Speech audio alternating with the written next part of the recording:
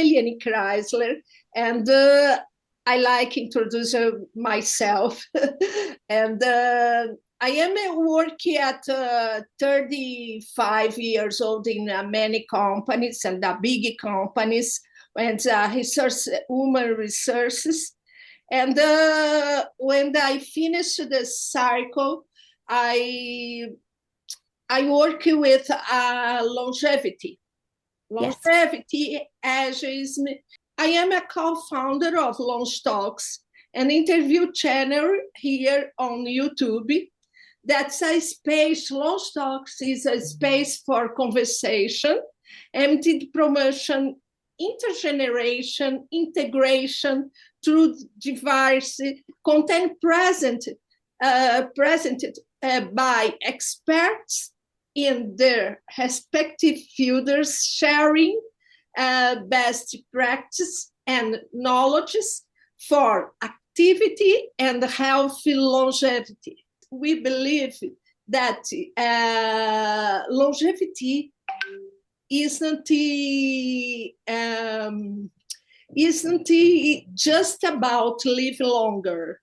It's about living with more meaning, Yes. connection, and contribution across the generations. Today, my partners, Jessica, will be unable to participate in this interview, but we'll have the presence of my friend, Eliane Ronel. Thank you, Eliane. So I am Eliane Ronel. Nowadays, I'm a curator and advisor and consultant and specific in age and international issues. Okay. Great. And one day I found you, Jason, and your movement, and I loved it. And Thank you. I would like to show you. Ah, Ah, amazing. Yay. yes. Wonderful. Wonderful. That's so Yes, lovely to yes, see. yes. Thank you. And now I would like to invite you to introduce yourself for us, please. Thank you very much. It's a pleasure to be joining you both today. So I'm Jacinth. I'm the founder and CEO of Ageism is Never in Style. And I founded Ageism is Never in Style about nearly 10 years ago. Originally, it was a community platform to get people to talk globally about aging. As we say, people are living longer, but we need to be having better quality lives as we live longer. And as you exactly say, it's about all ages. We are all aging from the moment we step foot on this earth. But about 10 years ago, even though it wasn't that long ago, the reality was people weren't really talking about aging much, or if they were, it was very negative. So I set up Ageism is Never in Style. Originally, it was part of, I had a fashion business that was all around age inclusion. And I set up Ageism is Never in Style as its community platform just to get people talking. And I realized in order to change hearts and minds and attitudes around aging, we have to talk about it. So that was in the summer of 2016. Since then, it's grown. We started to launch, we did pins like you're wearing, badges, and I started to be asked to do consultancy work with companies like the L'Oreal Group. I was being asked to do lots of public speaking. And I think because I am younger than a lot of people in this space, that was seen as something quite unusual, but also quite interesting because, as we say, it's all brings in that intergenerational perspective. And I myself was very much inspired by my parents and my mum to do this. But actually, as I've been in this space for 10 years now, I've realized more and more how much it's not just about supporting people who are older today, it's about everyone at every age and realizing this matters to all of us and not just even our future selves. It matters to us today. So over the years, as I say, we were doing consultancy, we were doing public speaking, and then we started to launch campaigns online, and they started to go viral. They started to spread globally. We did a campaign called I Look My Age in 2023. I know people in Brazil took part in it, and it's had over 45 million views. We were featured across the globe in the media. We realized we didn't need it to sit with my fashion business anymore. We could separate the two. So we separated Ageism is Never in Style from my fashion business. My fashion business still operates, but it's not my primary focus. But it still is very much, it was quite ahead of its time in terms of championing age inclusion in the fashion industry. And we're very proud of the impact it's had. A lot of models today we helped discover or further their careers, and we helped change attitudes. So that was great. But then with Ageism is Never in Style, we realized we could do so much more. We could do work with fashion, but we could work in every industry because age touches everything. Age is everywhere. So we brought the consultancy, the public speaking, the community, the campaigns, everything we were doing under Ageism is Never in Style. And as of really 2024, it's operated as a fully functioning age inclusion and generational inclusion platform and consultancy, really with experts on how to get both companies to be more inclusive and connect across generations, as well as getting brands to be better with their marketing, with their visuals. So we work with companies globally. We work with a lot of companies in the US, where it's all about how they can untap the power of age inclusion and crucially address ageism, because we can talk a lot about the longevity economy. We can talk about the value of people living longer, around new innovations, new products, new services that can support people living longer. But if we don't address ageism, we're not going to be able to deliver on the promise of what these products and services and systems could do. And we need to re-engineer our society to see aging differently so that everything we do can actually deliver impact and opportunity and deliver on what we could, what could be a huge gain with people living longer. But if we still have ageism hidden underneath it all, it's not going to deliver what it's set out to do. It's not going to be sustainable.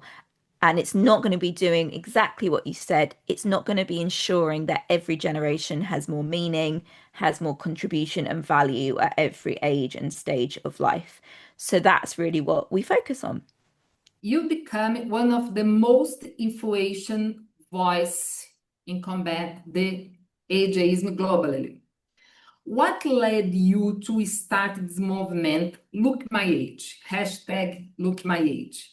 And when did you realize that this was not only a social issue, but also a strategic one of our business and especially society? I Look My Age was created because we worked with a charity in the UK called the Centre for Aging Better. And they have what they call a age positive image library. So these are free stock images that anybody globally can use to improve their representation. They came to us to create a more fashionable style of images. So we did that. My team and I created those images, and they have had a huge impact. They've had millions of views and downloads. I see them sometimes on books in different countries. People have seen them more than they probably realize. So we wanted to create a sort of a launch pad for other people to then improve representation and call on society and business and brands to have a new understanding of what it means to age. So that's why, separately from the charity, we just did it ourselves. We created the campaign, I Look My Age. And the whole idea of the campaign was to say, this is my version of my age. This is what it looks like to be this age for me today. Your version may be different, and that's great because aging is diverse, it is individual, it is completely unique to every person. So that was where it came from. And it also was a bit of a clever play on the words that compliment, the backhanded compliment, you look good for your age. So it was trying to also say, no, I don't look good for my age. I don't look bad for my age. This is just me. This is my age. And it was really, we could never have expected it to have the impact that it did. It was amazing. It went on to inspire other brands, even like L'Oreal, to create similar campaigns. And it really, it some people called it an overnight success, but I would say it was a 7 year success story because it was 7 years of hard work that we had done, of insight, of understanding, of expertise on this topic, and how to really mobilize people socially to join a movement. So it was a very rewarding and exciting moment. And I will say we have another campaign coming in the summer. So keep your eyes peeled for that. Let me show you. Here is my Instagram I know profile. that. I remember that picture. Yeah, Yes, I remember it. 2023. Yes, I remember. You often speaking about turning aging inclusion into a competitive advantage, okay? Yes. What are companies still missing when it comes to the longevity economy and the power of intergenerational teams? Could you give some examples of companies that have adopted measures for age inclusion in their business, and at what stage are they? I would say there are two pieces. Well, there's a few different pieces that are still being missed. So the first piece is that age inclusion is not taken seriously enough, or it's seen as a nice to have, something additional as an add-on rather than a strategic priority. And so what can happen is it gets sidelined or deprioritized rather than realizing that it actually affects everything and changes everything and the structures of workforces and and it needs to be a part of strategic workforce planning. So at the moment, the good companies are getting it on their agenda and they are investing in it. And that is the reality, is it's going to take investment. Where companies are quite nervous and resistant is because they think it's going to be too costly. It's going to require too much change. It's going to require a total starting from the beginning again.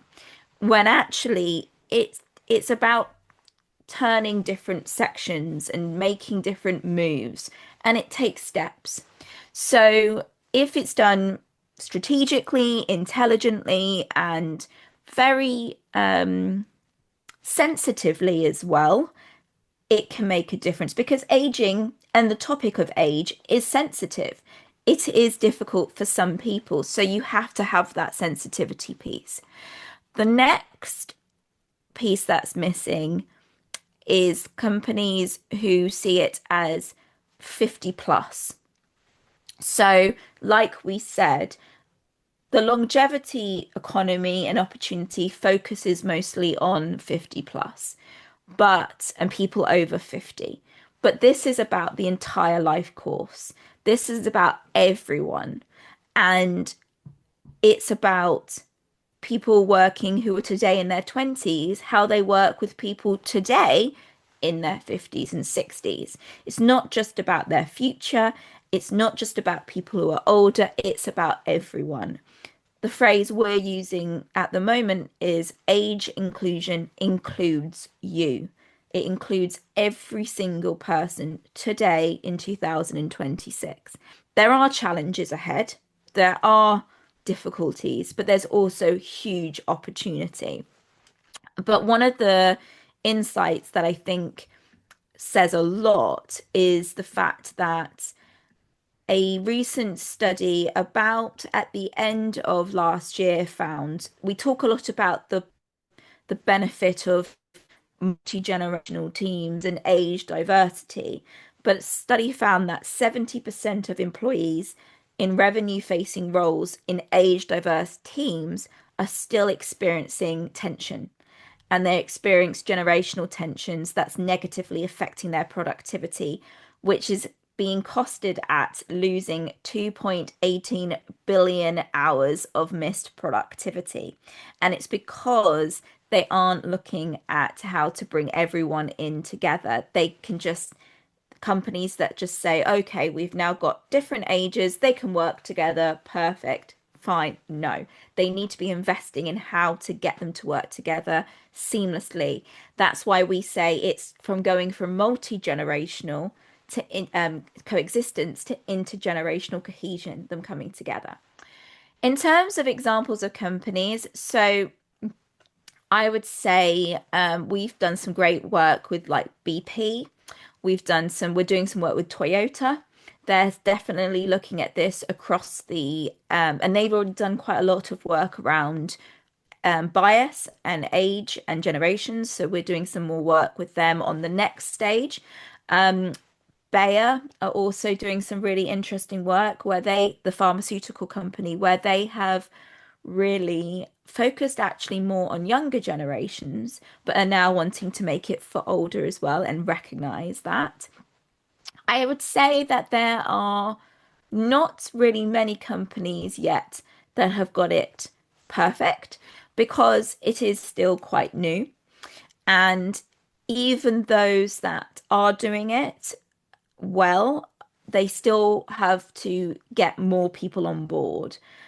So we're doing quite a lot of work with companies to get more people globally on board. So with BP, for example, we did an event that then helped them open up more work streams and chapters focused around age strategy in different countries so that it becomes part of the entire company.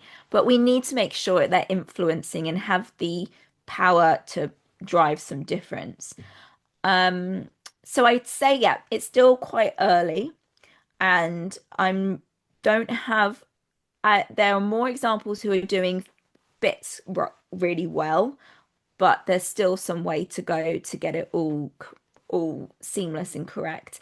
And a big part of that is addressing ageism because some companies are worried about talking about ageism, but if you want to have multi-generational teams, if you want to seize the longevity opportunity, you have to address ageism.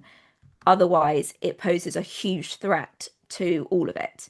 It can undermine all of it. So it's interesting to me that some companies have previously wanted to only talk about age in a very positive way, but shied away from talking about ageism, but now are realizing they need to talk about it more to get to the heart of the issue so that they can then have a more sustainable approach to multi-generational, intergenerational teams and a longevity strategy. Is there in UK a specific public policy about ageism or about the need to include a number of people, elders, for example? No, No. we have. I would say the UK protects age under the Equality Act. The government space around age in the UK is not very connected. There are charities, there are think tanks, there are non-profits, and there are individuals who are trying to get age on the agenda. And there is a campaign to have a commissioner for older people. I think it should be a commissioner for aging. Again, it should be about aging across the life course. And there is work being done to get our government to get behind the UN convention that's being drafted on the rights of older people. And I've been involved in some parliamentary hearings and some roundtables on that. But I would say it's still quite divided. It's not connected. And that's why we feel we actually get further by looking at culture and business, because that can then influence policy and government. And the reality is, a lot of politically in the UK, there is a lot of tension with different ages, and politicians are not necessarily wanting to align with older people because they themselves maybe don't want to be seen as older. So for them, it's not on their political agenda. So I would say not really, no. I think the argument is that if we get this, well, we are going to get this UN Convention on the Rights of Older People. It will take 5-6 years at least to draft. If that happens, it will create more protection and opportunity to challenge that would offer more rights and protection for older people. Yeah. But it's quite a long way off. And I would also, it's yet to be seen. It is going to look at ageism. They have said it's going to be drafted to include ageism. But I think that there's still quite a lot that needs to be done around engaging people with it. And that's where what we try to do, and we work with researchers and institutions, is we want to make this accessible. We want to make it change. That's why I think I Look My Age worked so well, because everyone could take part. We don't want this to be something that only groups and echo chambers are talking about. This needs to be something that actually translates to making action real and actually making a difference to people's lives every day, when a lot of what we're talking about isn't going to make a difference to or at the moment, the way it's being addressed isn't making a difference to everyday life. And even with the language, we do a lot of work with language and visuals and representation. I think even some policies that might be good, and there are some initiatives in the UK that have been created to support older adults. But because of the way in which they are executed and delivered, so like a visual or the language, it actually disconnects and it doesn't actually serve the end user, because they themselves don't want to engage with it, because perhaps it stereotypes them or it presents them as somebody they're not.